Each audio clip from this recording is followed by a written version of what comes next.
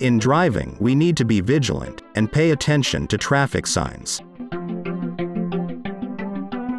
This is very important to pay attention to when at a red light intersection, because accidents often occur due to drivers violating traffic signs from the opposite direction.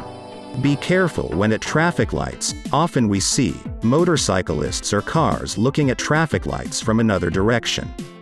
For example, at an intersection, the driver sees the traffic light directed to our right is yellow, so the driver immediately gets ready to step on the gas. This is very dangerous because from that direction there are still vehicles passing at the yellow light. So when we are dealing with traffic lights, just pay attention to the lights in front of us.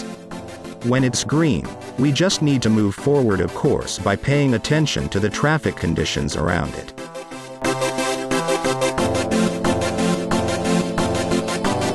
Be careful when passing near the car. Be careful if we are going to pass near the car, because the car passengers can stop suddenly and open the door or make a sudden turn. Try when we pass near the car, we are within sight of the car's rear-view mirror so that the car driver knows where we are, so that something like this doesn't happen.